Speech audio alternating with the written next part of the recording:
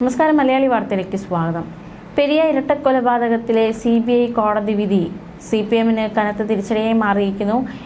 ഇപ്പോൾ ഈ വിഷയത്തിൽ പ്രതികരിച്ച് KK രമ MLA രംഗത്ത് വന്നിരിക്കുകയാണ്. വിധി CPM-ന്റെ മസ്തിഷ്കത്തിനേറ്റ അടിയാണെന്ന് KK രമ പ്രതികരിച്ചു. പാർട്ടിയുടെ ഉന്നത നേതാക്കൾ ഉൾപ്പെട്ട വലിയ ഗൂഢാലോചനയാണ് നടന്നത്. അതിനാലാണ് CBI അന്വേഷണത്തെ പാർട്ടി എതിർത്തതെന്നും KK രമ കുറ്റപ്പെടുത്തി.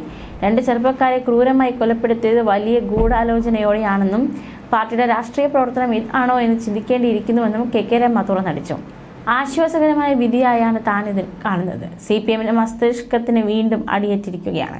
കൊലപാതകത്തിൽ പങ്കില്ലെന്നായിരുന്നു CPM-ന്റെ വാദം. CBI അന്വേഷണത്തെ എതിർത്ത പാർട്ടി പ്രതികൾക്കായി സുപ്രീം കോടതിയിലെ വലിയ വക്കീലിനെ കൊണ്ടുവന്നു.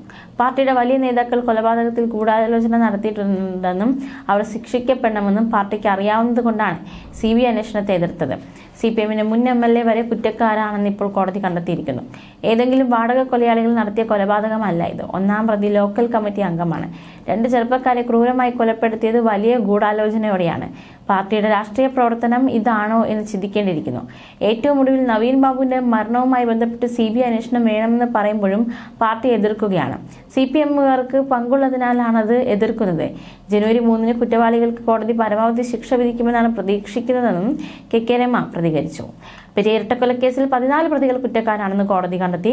1 മുതൽ 8 വരെ പ്രതികൾക്കെതിരെ കൊലക്കുറ്റം തെളിഞ്ഞുവെന്നും കോടതി വ്യക്തമാക്കി. 10 പ്രതികളെ വെറുതെ വിട്ടു. എറണാകുളം CBI കോടതിയാണ് വിധി പ്രസ്താവിച്ചത്.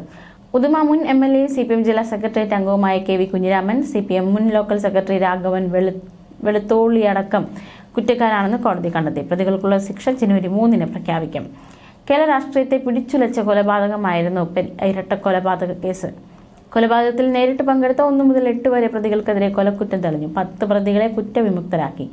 2019 ഫെബ്രുവരി 17-നാണ് യൂത്ത് കോൺഗ്രസ് പ്രവർത്തകരായ പെരിയ കല്യോട്ടെ ശരത് ലാലിനെയും കൃപേഷിനെയും രാഷ്ട്രീയ വൈരാഗ്യം മൂലം വെട്ടിക്കൊലപ്പെടുത്തിയത്. ആകെ 24 പേരാണ് പ്രതിപട്ടികയിലുണ്ടായിരുന്നത്. കുറ്റക്കാരാണെന്ന് കോടതി കണ്ടെത്തിയ 14 പ്രതികളിൽ 1 മുതൽ 8 വരെ പ്രതികൾ കൊലപാതകത്തിൽ നേരിട്ട് പങ്കെടുത്തവരാണ്. ന്യൂസ് ഡെസ്ക് മലയാളി വാർത്ത.